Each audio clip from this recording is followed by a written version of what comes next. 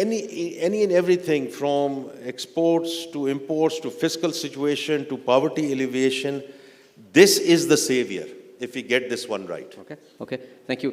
I think you touched upon aspects ke how can we improve the way